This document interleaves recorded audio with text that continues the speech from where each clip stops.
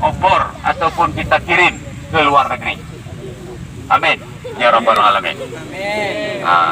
Jadi karena olahraga adalah sebuah memang hobi dunia, bukan hanya Indonesia, tapi olahraga ini adalah dihobi oleh dunia.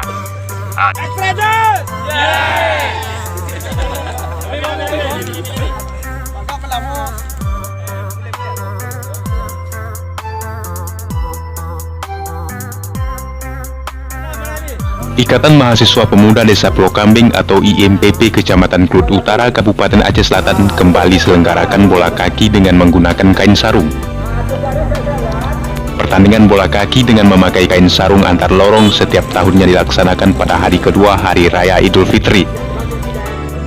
Kegiatan selama 3 hari merupakan ajang silaturahmi antara orang tua, pemuda, dan anak-anak tingkat SD. Kegiatan ini juga sudah terlaksana selama 11 tahun hingga pada tahun 2020 telah memasuki tahun ke-12. Ini kami sedang berada di lapangan Desa Pulau Kambing, Kecamatan Klut Utara, Kabupaten Aceh Selatan. Sekarang saya berada di samping Ketua Pemuda desa setempat. Nah, sekarang kita sedang menyaksikan bagaimana permainan yang dilaksanakan setiap tahunnya. Ini tahun yang ke-12 yang dilaksanakan oleh Ikatan Pemuda Mahasiswa Pulau Kambing.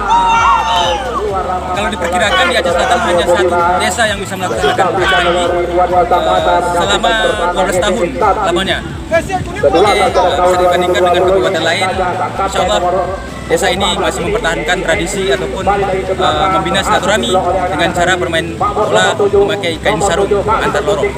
Oke pemirsa, mari kita saksikan. Permainan rakyat yang berlokasi di lapangan bola kaki di pinggiran jalan membuat seluruh masyarakat yang melintas berhenti sejenak untuk memanjakan mata. Meski menggunakan kain sarung, para pemain tetap berupaya mempertahankan nama lorong masing-masing agar menjadi juara umum dan berupaya merebutkan sejumlah piala yang telah disediakan oleh panitia.